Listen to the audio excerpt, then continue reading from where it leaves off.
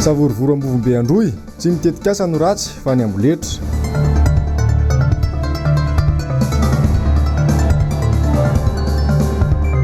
Orinasa Fakaba saika manakato maravarana avokoa.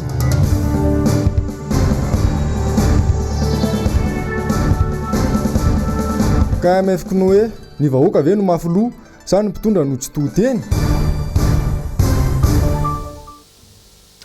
Amkafaliana omba ampirarin-tsoatra ny tompoko lasy sy tompoko vavy no androsoana eo atokantranonao indray amin'ity alakamisy 3 avril faran'ny volana ity ao anatin'ny fotoanan'ny fampalalam-baovao manasanao ampitiavana sy ampanajana izahay anaraka izany fotoana izany hatramin'ny farany tahaka ny mazatra dia nitatitra avy eny amin'ny fobe-pibaikona momba ny coronavirus eny vato eny no etsika misantatra ity vaovao ity ny tomboroa nisan'ireo sitra natao anatin'ny 420 ora ary tsy nisy ny vaovao farany mikasika ireo trangana olona marary 270 zany ny fitambaran'ireo olona nahitapahasitranana atreto ary mijanona ho 20 am'zato ny isan'ireo olona nitondra ny tsimikaretina atreto raha ny antotanisa farany dia mbola misy 430 ireo olona aray maso akaiky ny amin'ny fitsaboana eny amin'ny toby-pahasalamana. Falafim-baovao afa kosa indray makasika ny toedra raha-pirenena maro ireo fepetra izay niatra teto amin'ny firenena atao anatin'izay fotoana ny ameana ara-pahasalamana izany mahatsiaro tena ho manana anjara biriky amin'ny fanaraha-maso ny fampiarana ireo fepetra ireo ny fiarahamonim-pirenena andeha rahantsika avetrany ny andinidin'izay vaovao zay eo amin'ny rindran-tsary ny andry Rakoto Malala. Mialatsinainy 17 avril lasa teo ny fotoana voatondro fa ho entitra ny fanaraha-maso ireo izay tsy manao arivavana kasibosy eny an-dalana. Avy hatrany dia nirarakopana tokoa ny sazo an'izay tsy manao izany ary tonga masika mihitsy ny mpitandro ny filaminana. Nanomboka ny talata nefa dia tsapa ho gabraraka sahady zany. Maro ireo olona ny tsy mitondra arovava intsony. Fa inona no antony? Voisa motsika malagasy ty fa le fanaovana arovava ne arotava satria ny orona sy ny vava natao fitsinjovana atsika so fitsinjovana namantsika ihany koa samy malagasy. Dia mahagaga mihitsy hoe inona mahatonga atsika tsy nanaraka an'izay ny sasany hoe efa araka zany hoe manao beloha ve sa efa tsy toteny amin'ny mpitondra ve ezahana antizy hoditsaina ve le lalàna dia mampametra-panontaniana hoe aizahoaiza mariny tsika malagasy ina mariny tadiavintsika. Amin'ny mafanabeazana olom-pirenena dia mahatsiaro manana didy ty firaisamonim-pirenena ity ampatsiahany vahoaka mba hanara-dalàna anaitra ny mpitondra ihany koa anaja ny lalam-panorenana. Asa na dinidininy mpitondra nahoana le hoe misy any ao anatin'ny lalam-panorenana andalana zay milaza hoe tsy azo terena ny olona amin'ny resaka fanafody toy izay. Inondray kosa zany rehefa nalefanay fampatsahivana zany le izy fantatra tsara mihitsy fa hoe misy fiatraikany mety sy tsy mety zany fanerena aniny tambava iny indrindra amin'ny ankizy satria ny ankizy hitantsika fa hoe mbola misy eo ambany vahoan'ny ray aman-dreny raha sanatria misy mahazo anazy tsy izy ahoana ny ataony ray aman-dreny satria misy fiatraikany be dia be ny olona miteny hoe nisotro zay dia nisy an'izao fahasalamana ny tadiavina nefa ny aretina indray ny vita netiny amehana angasa ahoana dia zay no natonga anay nampatsiahy an'iny zany dia olom-pirenena koa na mpitondra na entina dia zay no natonga anay namoaka ny fanambarana iny ho fanitsiana ny fanapahan-kevitra sy fepetra raisina eto amin'ny firenena. Fa makasika ny savorovoro izay misy any Ambovombe Androy any amin'izao fotoana izao dia nano ny heviny teo anivon'ny RMDM any Antoerana nisy androany ny tafa ho an'ny mpanao gazety izay nataon'izy ireo teny Antsakaviro teny izy tonga teny Antoerana nanao ny fanadihadiany Germaine Menjanahary sy Tahiry Niaina. Nangingina ny rara Ambotromanjaka sy Bevoay ny potra indray ty ny rara ao Berary Ambovombe Androy tany mirefy 2.20 hektara nokasain'ny fanjakana anorenana tsena manara-penitra tsy manaiky io tetikasa io ny fokon'olona ao Antoerana satria trano anjatony izay fonenan'ny olona efa antonany maro no hiaran'ny fandravana no io tetikasa io. Sivily roa no maty vokatry ny fanjevonana nandritry ny adiny roa teo amin'ny mpitandro filaminana sy ny vahoaka tao anatin'ny fihetsiketsehana nataon'izy ireo omaly. Manoloana ny fatina olona sivily anankiroa dia miara-miory amin'ireo namoilongo zahay ao anatin'ny rodobeny mpanohitra ao amin'ny faritany Tuliara. Faharoa dia mirary fanasitranana ho an'ireo naratra rehetra na sivily io na mpitandro filaminana sia samy zanaky malagasy iray ihany reo. Fahatelo miangavy ireo mpanao asa soa na gasy io na vahiny hamonjy ireo traboina any Ambovombe ireo satria rava ny tranon'ireo reo tsy misy trano honenany, tsy misy trano hatoriana na sakafo haniny fa zisitoara dia raisinay hoe traboina ireo dia miangavy ireo mpanao asa soa rehetra tsy akanavaka. Ninina resaka politika, ninina tsy hitovian-kevitra Andriamanitra tompony aina.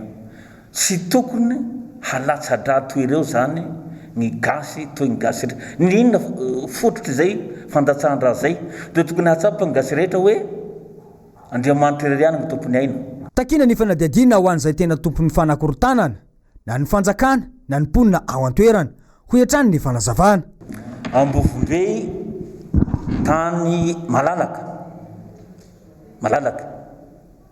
raha ohatra nisy toerana anankiray mifandierana hoe tsy mety aminay io nijerena toerana hafa tsy ohatra ny eto Antananarivo io ka tery le toerana fa malalaka fa hoe rehefa tsy mety ity dia ndao akisaka tsy faharesena ny mampikesaka ny toerana ifandirana hiteraka ady tahaka zao misy fahatelona io tsy faharesena zany fa fitandroana mba tsy hisy an'ny raha latsaka amin'ny mahasan'ny olombelona azo nijerena toerana kafa io azo ny fandresen-dahatsa avao koa ho an'ny vahoaka hoe zao ny agnatonovan'io hoe fa matoa io nitranga dia zay tsy fitovian-kevitra zay tsy voandalanjalanja tsy fanarana politika tsy voafehy zany zay.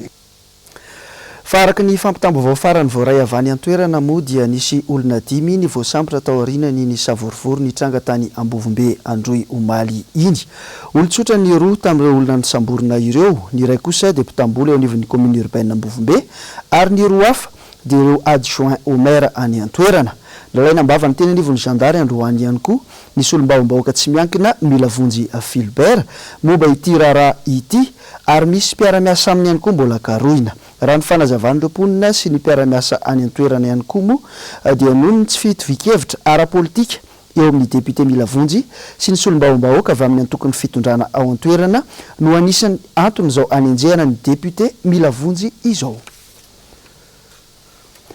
Fa ivadika lafim-baovao hafa kosa indray isika manodidina ny resaka coronavirus hatreto dia mbola manjavozavo ny tatitra ataon'ny fanjakana ho an'ny vahoaka malagasy mikasika ity coronavirus ity.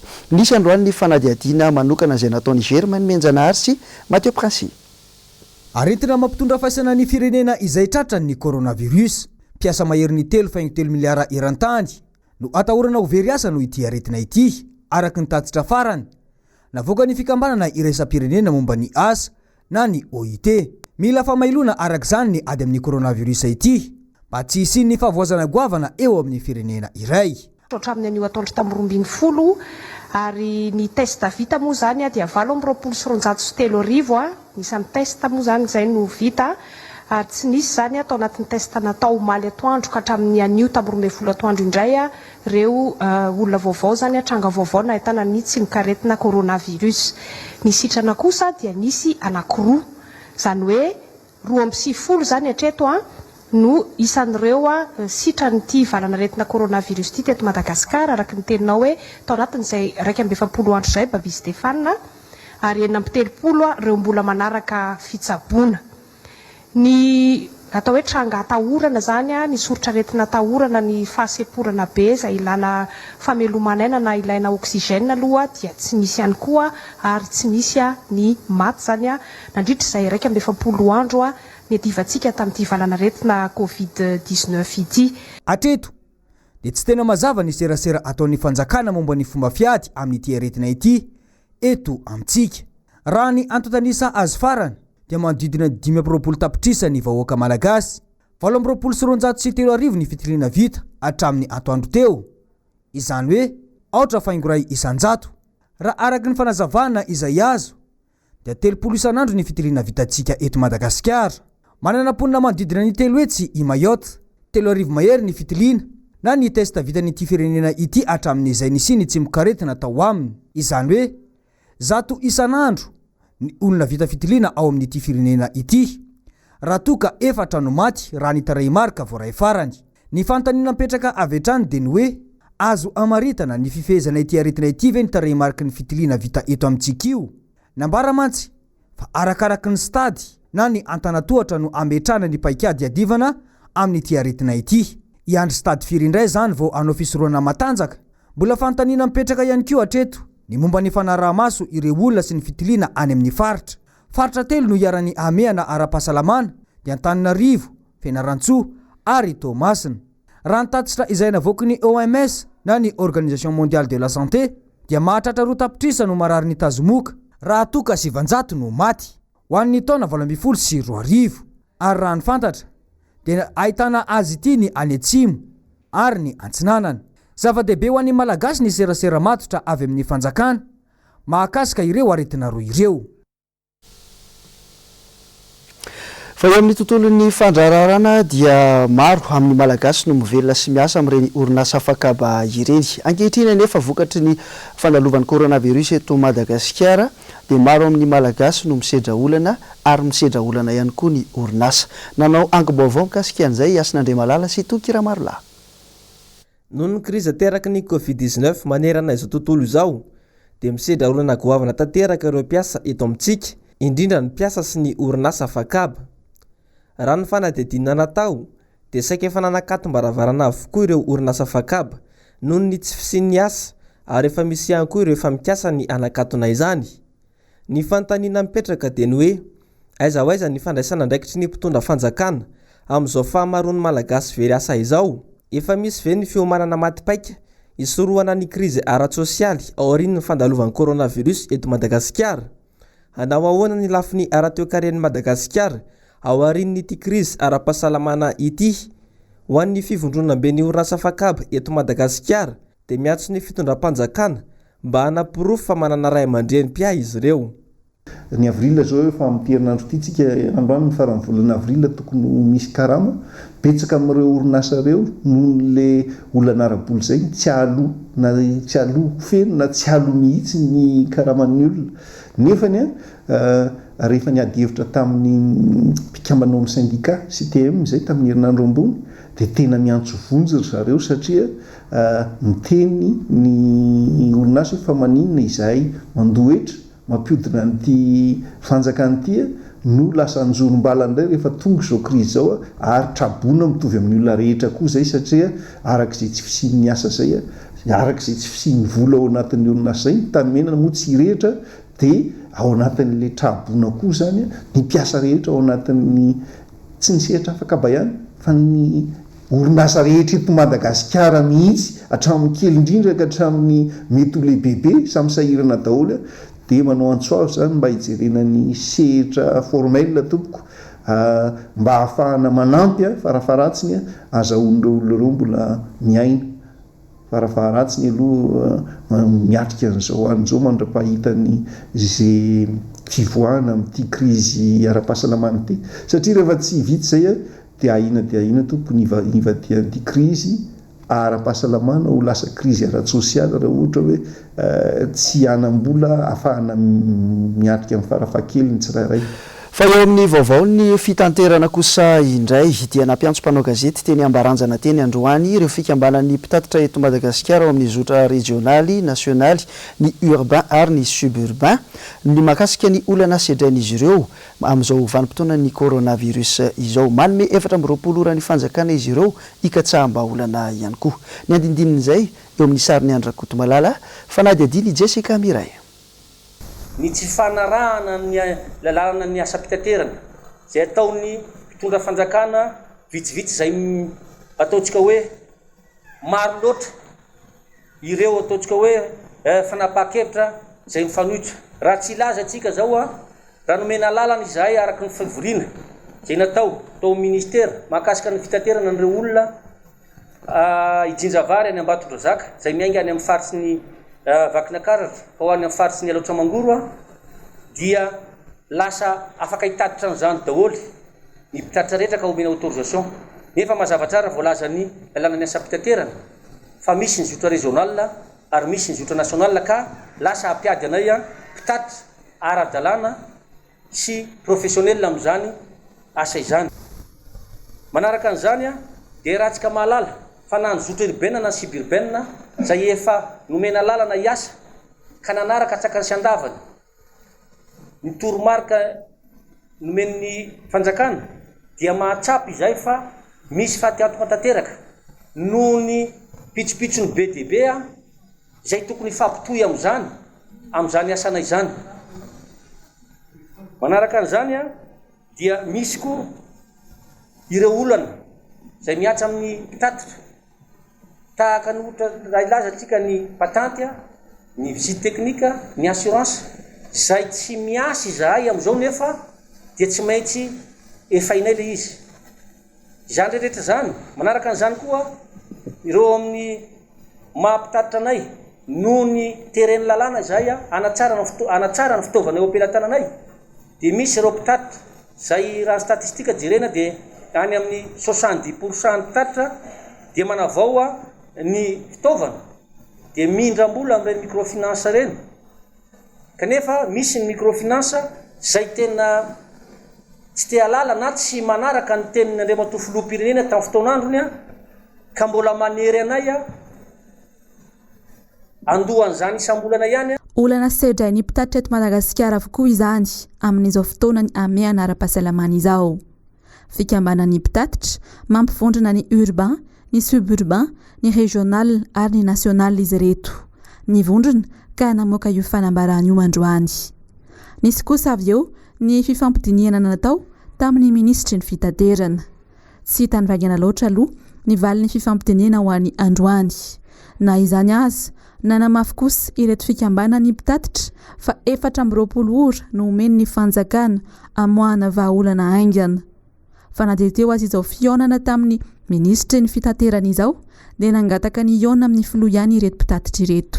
Kizeto dia manome 420 ora mba hamalinina ny valin'ny fangatahanay iresanay amin'ny Andriamatoa filoha dia ilazanay ny atsipiriany rehetrarehetra sy fanomezana soso-kevitra sy tadiavana vahaolana maharitra sy mahomby mba hitsinjovana ny fanjakana sy hitsinjovana ny mpitatitra ary hitsinjovana koa ny vahoaka malagasy. Nanamafy kosa ireto mpitatitra fa tsy anakirotana gory fa mitady fandraisana andraikitra sy fampiarana lalàna avy amin'ny fanjakana fotsiny ihany. Tsy nanambara kosa izy ireo hoe anao inona rehefa vita ny 420 ora ka andrasantsika ny toy ny izay 420 ora napetraky ny fikambanan'ny mpitatitra izay. Fa any Matsiatra ambony ihany dia anisan'ny tena misedra ny mafy sy miaritra ny mafy ihany koa ireo mpanao asan-tena ao Fianaratsoa ao. Tamin'ity androany ity dia nanao fitakiana ny fampanantenana izay nataon'ny filoham-pirenena ireo mpamily taxi sy ireo mpikambana ao anatin'izany. Dia rahantsika avy hatrany ny andindinin'izay eo amin'ny sarin'ny Andry Rakoto Malala. Nandritra ny ray volana izay dia narirarira ny tompona andraikitra hatrany ireo mpamily taxi ao an-tampon-tanàna Fianaratsoa. Rehefa nitaka ny jony ny amin'ny fampanantenana izay nilazain'ny filoham-pirenena fa tokony ho azy ireo. Voalaza fa lahara-pamehana tokony hisitraka izany fanampiana izany ireo mpitatitra. Fandroany izao no nasaina ny karakara taratasy ireto mpikambana 3F mpamily taxi ara-dalàna miisa 577 ireto. Ny anton'izany dia mba ahafahana mameno fanampiana ho azy ireo. Nanao ny fitakiana izy ireo fa tsy nahita vokatra. Vokatra izany dia nisy androany ny hetsika izay nataon'izy ireo naneo ny tsy fahafaliany amin'ny fampanantenana pokaty. Nitokana manoloana ny lapan'ny tanàna tsy analondroa ireto mpamily taxi ireto. Androany maraina dia tapaka ny lalana vokatra izay fitakiana izay. Raha ny fantatra dia anisany niteraka izao tsy fahazahoana fanampiana izao. Ny disadisa teo amin'ny filohan'ny fikambanan'ny mpamily taxi sy ny ben'ny tanàna. Nanomboka teo dia tsy nifankahazo tsony ny rotonta. Inefatra izay ny nandondoam-baravarana tao amin'ny biraon'ny lapan'ny tanàna ireto mpamily taxi ireto saingy tsy nisy nandray. Ny tolakandro teo dia voalaza fa nisy ny fionana teo amin'ny ben'ny tanàna sy ny solotenan'ny mpamily taxi saingy raha ny vaovao farany voaray avy any an-toerana tamin'ny 9 ariva teo dia mbola tsy nisy vahaolana mazava. verevitra tanteraka reto farany ary manany amin'ny fivelomany satria anisan'ireo tsy mba afaka ny asa ihany koa izy ireo vokatry ny fihiboana. Fa eo amin'izay fitaraina nataon'ny olom-pirenena sy ireo mpiasa malagasy izay hatrany dia nisy ny valandresaka ho an'ny mpanao gazety ihany koa nataony teo anivon'ny mpiasa ny kromita malagasy. Toa manao antso anefitra ihany izy ireo satria efa 5 volana izay no nanao fitakiana ny mba hijerevan'ny fanjakana ireo mpiasa marobe ireo kanefa tsy mbola nisy varany atreto. Nanao ny angom-baovao Asin'Andriamalala sy Toky Ramarolahy. Ao anatin'ny krizy tanteraka ihany koa amin'izao fotoana izao ireo mpiasan'ny kroma malagasy. Volana maro alohan'ny idiran'ny Covid-19 teto Madagasikara no efa nidradradrada sy nitaraina ireo mpiasan'ny kroma noho ny olana mianjady amin'izy ireo, indrindra fa ny tsy mbola fanomezana ny valikasasarany efa mambolana maro. Noho izany rehetra izany dia mbola mameriny etona ny andraisan'ny fanjakana andraikitra feno ny fandoavana ireo karamatsy voalohany izahay satria tsy hita nonono ny fahasairanana sy ny fahavazan'ny mpiasa vokatra izany tsy fandraisana karama amin'izao vanim-potoana sarotra isiny valana aretina eto amin'ny tany sy ny fanjakana izao dia ny Covid-19 izany ny tazomoka ny pesta sy ny sisa sy ny sisa noho ny tsy fisian'ny fiahina ara-pahasalamana avy amin'ny orinasa. Mangony fotsiny tsy fahafanay mampianajanaka mandoa fatrano latsaka anaty fahasairana tanteraka mpiasan'ny kroma esa amin'izao fotoana izao. Mariana nefa fa isan'ny orinasa nandray anjara mavitrika tamin'ny fahamanan'ny olana teto anivon'ny firenena tamin'ny fitondrana ny fanesy teo ny orinasa kromita malagasy. Ny fandoavana ny karaman'ny mpiasa-panjakana tamin'ny fotoanan'ny tetezamita, ny fanamboarana dalana RN 44, ny fanamboarana ny rova, fananganana sekoly, lycée Breville, lycée Betsika Ambilobe sy ny sisa maro tsy voatanisa. Mangataka izay mba atao mitovy ny famahana ny olona eo amin'ny samy orinasa-panjakana rehetra toy ny era Madagasikara izay fandraisin'ny fanjakana ny fandoavana ny karamatsy voaloha sy ny jirama. Eto am-pamarana dia tsy indrindra mafy fa ny mpiasan'ny kroma esa rehetra dia miray feo amin'ny fitakiana rehetra izay atao eto Antananarivo na any Breville mikasika amin'ny fitantanana atao amin'ny orinasa. Mitsipozipozy tanteraka ankehitriny ity orinasa malagasy ity ka mangataka ireo mpiasa ny hijeren'ny mpitondra akaiky izany olana rehetra izany. Fa eo amin'ny vaovao ny serasera kosa indray dia nivoaka androany ny andiany fahenina ny gazety boky fampianarana sy démocratie ny HCDDED na ny Haut Conseil pour la défense de la démocratie et de l'état de droit. Nilaza ny heviny makasika izy indrindra moa ny filohan'ny fikambanana ity raha ny tafatampanao gazety androany. Ravrazafy mahenina sy tahiriny aina. Iray volana mahery izao ny tao anatin'ny fieboana teto amintsika. Iray volana mahery ihany koa niara-ny antsonjay ireo ainao manjery tsy miankina tsy manaraka ny baiko avy mitondra fanjakana. Dimerinandro latsaka kely nanara-maso ireo mpampiasa ny tamazotran-tserasera Facebook nijereny ireo manaratsy ny fitondrana lazaina fa manelitsao sy mampiseho fihetsika hafa. Atao anatin'izay fotoan'izay nisy ny mpanao gazetiny gadra karazany notapenambava raha naneho ny heviny mahakasika ny zavatra hitany ankehitriny. Rehefa mivoaka ivelany antsika dia samy manao ny arotava daholo ny tsirairay. Zany tsy midika hoe tsy afaka miteny, zany koa tsy midika hoe anompa olona rehefa miteny, fa atao anaty fanajana, fanarahana lalàna hatrany hatrany no resahantsika ao anatin'izay zavatra ho resahantsika. Miresaka demokrasitsika, miresaka tany-tandalàna atsika ary miresaka fanajana ny zon'olombelona. Afaka miresaka atsika, afaka manambara ny tiantsika ambara. Ka izay eo moko mahatonga le olona mampifangaro ny raharaha. Ny fiarovana fahasalamantsika no novantsika ny arotava, fa tsy midika hoe tsy mahazo mitenitsika. Ary iny zany arotava, arovava, fa mahazo miteny atsika ny resaka demokrasia. Mahazo miteny atsika ny mikasika ny zon'olombelona. Mahazo miteny atsika mikasika ny fiainana andavanandro. Demokrasia no resaka eto, fahalalana miteny sy maneho hevitra ny kalalahana. Izany raha teo ny olana mpanohitra, tsy hitondra tsikira fotsiny ihany, fa manolotra sosikevitra ihany koa hanatsarana zavatra. Misy dikany amin'ny fitondrana nefa ve izany? Hitan'ny fitondrana ve ny tena maharary ny vahoaka? Fara ny tety andro mpandaminana dia tokony ny talata 5 Mey ho avy izao no tokony hiroso amin'ny fivoriana ara-potoana voalohany ny anteny Mera Rotota ho amin'ny taona ity. Hatreto dia mbola samy miandry ny fampiantsoana azy ireo ny parlementaire. Ny andindininy izay hoety ny Germaine Menjanahary sy Tahiriny Aina. Mazava ny voalazan'ny lalam-panondrenana ho an'ny Repoblika fahefatra ao amin'ny andininy 570.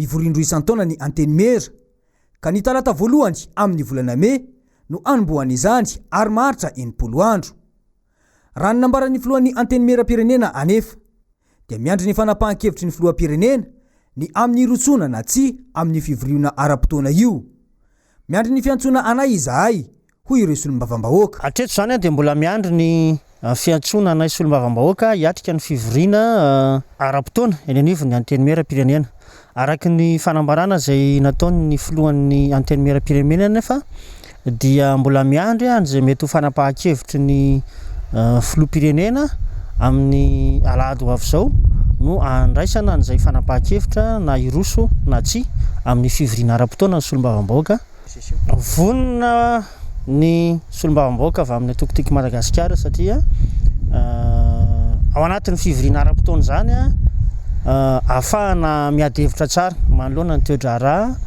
sy ny zavatra misy eto amin'ny firenena tsara ny mampatsiahy fa mbola andraikitra miandry ny solombavam-bahoaka ny fifidianana ny filoha-lefitry ny seni isolo-toerana an'Andriamatoto ery Rakotonarivo izay nametra-pialana no ilay raharaha doublon tamin'ny fifidianana teto saingenangingina noho ny aretina coronavirus ankoatr'izay dia efa nanambara ihany koa ny avy ao anivony rodobe ny mpanohitra ho an'ny demokrasia eto Madagasikara na ny RMDM fa hitako ny toeran'ny mpanohitra ary ametraka ny solotenan'izy ireo eny anivony ity androm-panjakana ity mandritra io fotoam-pivoriana io andrasana arak'izany ny fanapahan-kevitry ny filoha-pirenena fa eo amin'ny vaovao ny fanabeazana sy ny eo amin'ny resaka finoana FJKM ary ihany koa ny lafiny fiatrehana amin'ny resaka coronavirus dia nampahafantarina androany teny amin'ny fobe FJKM teny Analakely teny ireo fikambanana manolotra fanampiana iarovana ny mpianatra ny FJKM manoloana ny fianaky ny Covid-19 eto amintsika mitatitra ny vaovao Iravirazafy Mahenina eo amin'ny sary ny Tahiriny Aina.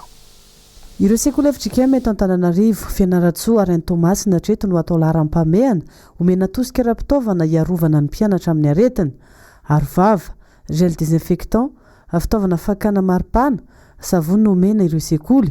Atafitra ao anatin'ireo iantefan'ny fanampiana ny ankizy manana fahasembanana misy 300 avy amin'ny sekoly Mapiaty 720 isa. Misy ny farajana ireo fepetra maro samihafa rehetra izay tsy maintsy fampiarahana isa-tsekoly. Marobe amin'izy ireny nefa tsy manana menti-manana ao anatin'izany fampanajana ny fepetra izany. Raha tsy teny fotsiny isika ny hoe na ny arovava izay mbola tsy tonga any amin'ny sekoly tsy mianana izany fa miezaka ny sekoly no mijery izay mahasoa andray mpianatra sy ny mpampianatra. Eo ihany koa gel izay ampiasaina raha alohan'ivy tao an-tsekoly be dia be amin'ny sekoly no tsy manana izany.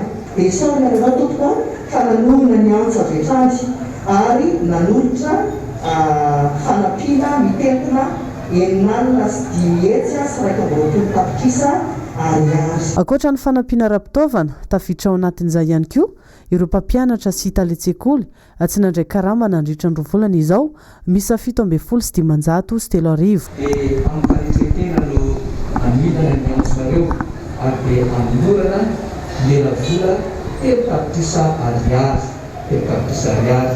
Kely any zany raha ny lehibe ny asa tokony ifanohanana kanefa dia tahaka ny fidiny sy azany rano roa dia ny tompony ampitombo zany. Dia atolotra nareo ny departementan'ny sekoly zany dia nareo no mahalala an'izay tantanana azy manoloana n'izany zavatra rehetra zany ireo mpampianatra izay mila jerena manokana. Fa hoentsika mamaraparana izao vaovao izao dia ny vaovao any ivelany kosa indray. Tao anatin'ny herinandro izay dia nahitana trangan'aretina hafahafa tao amin'ny nosy Komoro tao. Tsy fantatra mazava teto no tena mahakasika ity aretina ity fa nitarika tahotra ho an'ireo mponina any an-toerana. Njava Andriamaefa sy Mathieu Prancino mitatitra ny vaovao. Olona maro ny fantatra fa namony ainy tao amin'ny nosy Komoro. Ny aliny alatsinainy ifony talata 20 aprily fotsiny dia efa natratra 20 ireo marary namony ainy tao amin'ny hopitaly Ailmarofo. Isan'ny maty tao anatin'izany ny filohan'ny fitsarana avy momba ny lalam-panorenana teo aloha Mozawar Abdallah. Noho ny fahasarotan'ny fisefona na aseporana no voalaza fa anton'izany rehetra izany. Hatramin'izao anefa mbola tsy fantatra mazava ny mikasika ity aretina ity. Mbola tsy nahitana trangan'aretina coronavirus raha teo raha ny tao amin'ny nosy Komoro. vokany velitahotra ny ankamaroan'ny olona ao an-toerana ary miayay ny anymety ofisian'ny valanaretina coronavirus ka mikasany hamonjy toerana azo antoka kokoa amin'ny alalan'ny vedety na sambokely. Raha ny fantatra dia efa misy ny fiteliana tamin'ny alalan'ny CPR na ny réanimation cardiopulmonaire natao hamantarana ny tena fototra aretina. Andrasan'ny maro araka izany ny fanambarana ofisialy mahakasika ity aretina ity ho ataon'ny filoham-pirenena ao an-toerana. Raha ny fampitaovao farany avy any an-toerana moa voaray mahakasika an'izay araka ny nambaran'ny filoham-pirenena Azalia Somori tao amin'ny nosy Comore dia misy trangana aretina coronavirus ao an-toerana amin'izao fotoana izao ary lehilahy 50 taona no voalaza fa mitondra itsomoka aretina io izay arahy maso akaiky any amin'ny tobim-pahasalamana. Fa eo amin'ny lafim-baovao any Frantsa kosa indray tao anatin'izay fihibohana izay nandritra indray volana sy tapany dia voalohany teo amin'ny tantaran'ny firenena frantsay no nidirana tao nisy fidina ny arkarena fahobe tao anatin'izay fotoana izay njavandray mahefa sy Mathieu Prince hatrany no mitondra ny andindiny izay. Ny totongana tanteraka ny toe-karena frantsay vokatry ny valanaretina coronavirus. Raha ny fanadihadiana nataon'ny sampana iray misahana ny ara ekonomika ao an-toerana dia nahitana fidinana hatramin'ny 5.7 isanjato ny arkarena ao la Frantsa nandritra izay 3 volana voalohany izay. Io no fihenam-bidy lehibe indrindra teo amin'ny tantaran'ny arkarena ao la Frantsa. Isan'ny nahatonga izao fitotongana ara-toe-karena izao moa ny tsy fahafahan'ireo orinasa lehibe nisokatra nanomboka ny tapaka ny volana Martsa teo. Raha ny fantatra moa dia ny 12 Meo avy izao no hiala tanteraka ao anaty fihibohana ny firenena frantsay ka hiverina hisokatra avokoa ireo toerana maro samihafa ao an-toerana toy ny sekoly sy ny sisa. Dia iny maresaka avy any Frantsa iny ihany koa tompoko lasy tompoko vavy nentinay nanakatona ny vaovao tamin'ity alina ity ankasitrahana feno hatrany ianao tany atokantrano misafidy ny MBS na andro na alina ihany koa ankasitrahana ihany koa ny teknisiana sy ny mpanao gazety ny ara-nisa lasy ny farimbona teto manome fotoananao ny fampalalam-baovao raha mpitso veloma tompoko.